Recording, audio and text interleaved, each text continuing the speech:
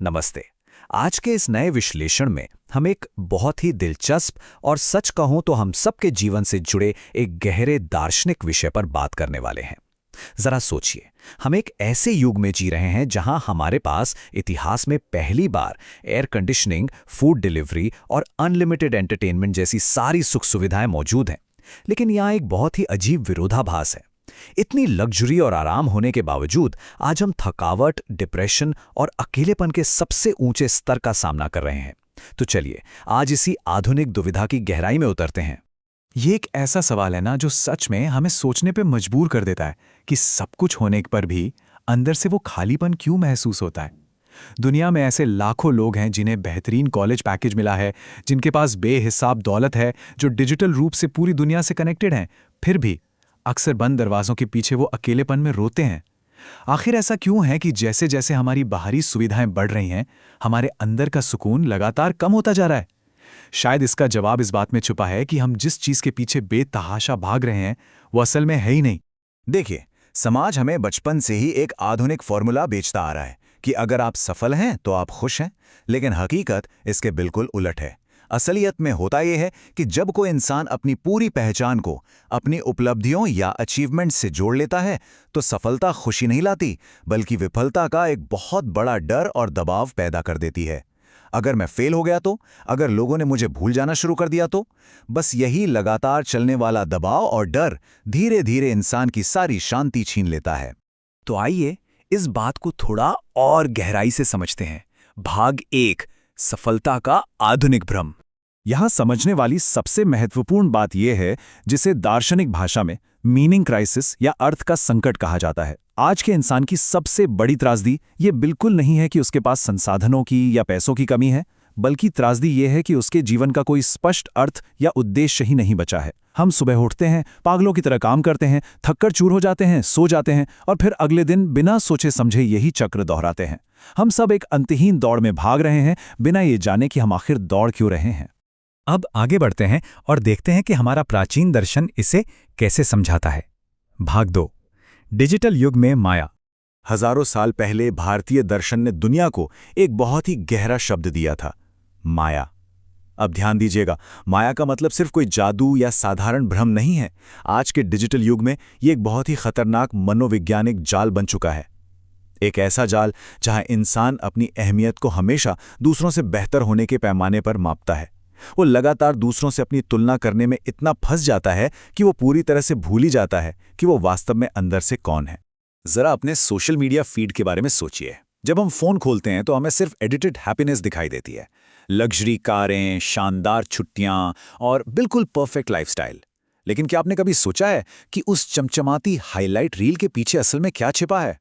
चिंता, अकेलापन, असुरक्षा और भयंकर मानसिक थकान। कोई भी इंसान अपनी इनसिक्योरिटी या अकेलेपन को ऑनलाइन पोस्ट नहीं करता। हम सब एक सामूहिक माया में जी रहे हैं जहां हर कोई बस डिजिटल वैलिडेशन के दूसरों को देखकर भाग रहा है। सच कहूं तो ये आज के जीवन का सबसे बड़ा विरोधाभास है। हम डिजिटल रूप से तो सबसे ज्यादा जुड़े हुए हैं, लेकिन भावनात्मक रूप से एक दूसरे से सबसे ज्यादा कटे हुए हैं। आज हम एक ही कमरे में परिवार या दोस्तों के साथ बैठकर भी अपने अपने फोन में खोए रहते हैं। हमारे पास शायद हजारों डिजिटल कनेक्शन या फॉलोअर्स हो सकते हैं, लेकिन सच्ची बातचीत और एक दूसरे को समझने की जगह सिर्फ और सिर्फ डिजिटल प्रेजेंस ने ले ली है। जबकि हम इंसानों को सिर्फ लोगों की भीड़ नहीं, बल्कि सच्चे, गहरे और असली कनेक्शन की जरूरत होती है। तो फिर इस भागदौड़ से आखिर बचा कैसे जाए? चलिए बात करते हैं भाग 3 की, हेडोनिक ट्रेडमिल से बाहर निकलना। मनोविज्ञान में एक बहुत ही दिलचस्प कॉन्सेप्ट है जिसे हेडोनिक ट्रेडमिल कहा जाता है। होता क्या है कि जब आपको कोई नया सैलरी इंक्रीमेंट मिलता है या आप कोई नई लग्जरी गाड़ी खरीदते हैं तो शुरुआत में तो बड़ी खुशी मिलती है, लेकिन कुछ ही समय बाद हमारा दिमाग उस नई चीज को बिल्कुल नॉर्मल मान लेता है और फिर दिमाग तुरंत एक नया टारगेट ढूंढ लेता है। पहले 1 लाख, फिर 10 लाख, फिर 1 करोड़। इस तरह खुशी नाम की जो मंजिल है वो हमेशा हमारी पहुंच से बस थोड़ी सी आगे खिसकती जाती है। इंसान इस ट्रेडमिल पर भागता तो रहता है, पसीना भी बहाता है, लेकिन पहुंचता कहीं नहीं है। अगर आप थोड़ा पीछे मुड़कर देखें तो समाज हमें इस ट्रेडमिल पर दौड़ने के लिए बचपन से ही तैयार करने लगता है। बचपन में ये रेस शुरू होती है स्कूल की रैंक से।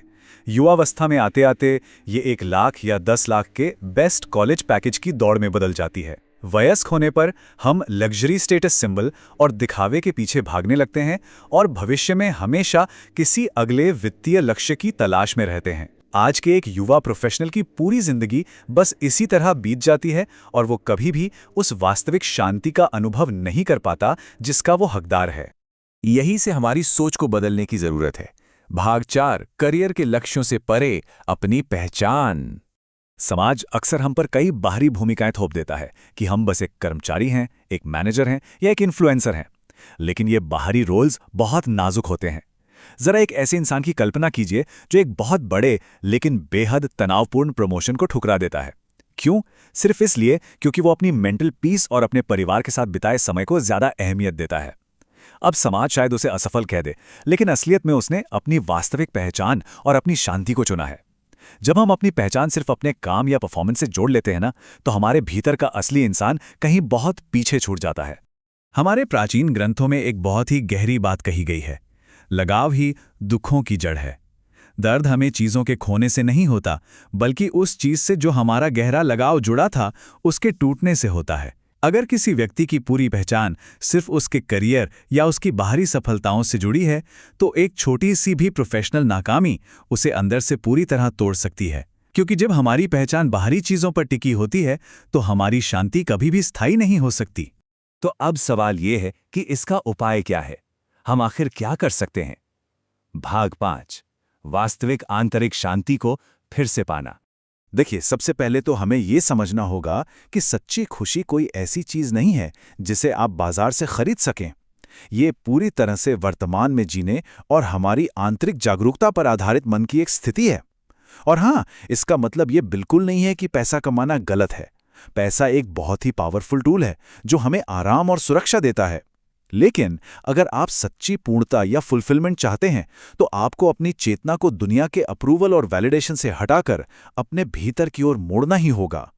खासकर उन यंग प्रोफेशनल्स के लिए जो हर दिन बर्नआउट का सामना कर रहे हैं, शांति पाने के कुछ बहुत ही सॉलिड और प्रैक्टिकल स्टेप्स हैं। आप अपनी शुरुआत 3 आसान मॉर्निंग रूटीन से कर सकते हैं। पहला, सुबह उठने के बाद कम से कम पहले 1 घंटे तक फोन को हाथ भी ना लगाना। दूसरा, सिर्फ 10 मिनट के लिए मौन में या ध्यान में बैठना। और तीसरा, अपने दिन की शुरुआत जर्नलिंग या कृतज्ञता के साथ करना। इसके साथ ही एक क्लियर वीकली शेड्यूल बनाना भी बहुत ज़रूरी है, जैसे कि हर रात 8 बजे के बाद डिजिटल शटडाउन कर देना और रविवार को पूरी तरह से टेक फ्री रखकर प्रकृति या अपने प्रियजनों के साथ बिना किसी स्क्रीन के गहरी बातचीत करना। यकीन मानिए, ये छोटे छोटे कदम हमें एक परफॉर्मर से वापस एक जागरूक इंसान बना देते हैं। आजकल ना हमारे चारों तरफ बस शोर ही शोर हैं। म्यूजिक, लगातार बजते नोटिफिकेशंस और कभी खत्म ना होने वाली रील्स। ये सब हम इसलिए करते हैं ताकि हम अपने भीतर के उस खालीपन को महसूस न कर सकें।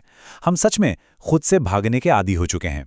इसीलिए जब हम पहली बार मौन में बैठते हैं तो हमें बड़ी बेचैनी होती है। लेकिन ध्यान और मौन ही वो इकलौती दवा है जिससे हम ये समझ पाते हैं कि हम अपने विचारों और अपनी चिंताओं से बिल्कुल अलग हैं। मौन ही वो जगह है जहां एक इंसान आखिरकार अपने आप से मिलता है। अंत में मैं आपको एक थोड़ा अनकंफर्टेबल लेकिन बहुत ही ज़रूरी विचार के साथ छोड़ना चाहता हूं। जिस ईगो, जिस स्टेटस और जिस पद के लिए हम अपनी पूरी जिंदगी लड़ते रहते हैं, वो सब एक दिन यहीं रह जाएगा। कोई भी इंसान अपने बैंक बैलेंस के साथ नहीं, बल्कि अपनी चेतना और अपनी शांति के साथ इस दुनिया से जाता है। तो खुद से ये पूछना बहुत ज़रूरी है, जब ये सब कुछ पीछे छूट जाएगा तो क्या हमने सच में जीवन जिया? क्या हमने सच में प्यार किया और शांति पाई, या हम सिर्फ दुनिया को इम्प्रेस करने की एक अंधी दौड़ में ही उलझे रह गए? इस पर गहराई से ज़रूर सोचेगा।